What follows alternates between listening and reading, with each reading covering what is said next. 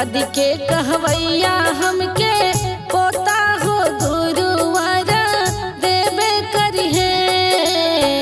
दादी के कहवैया हमके पोता हो गुरुवर देवे करिहे।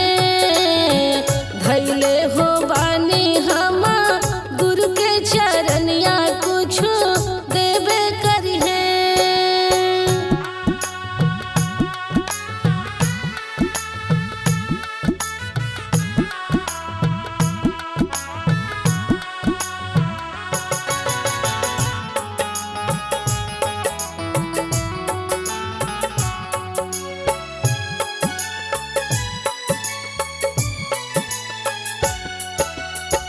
बेटिया होती है गुरुवर दमदा होती है गुरुवर देव करिहे।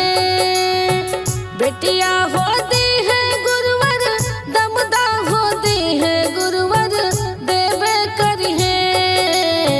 नानी के कहवैया हमके नाते हो गुरुवर देव करिहे। नानी के कहवैया हमके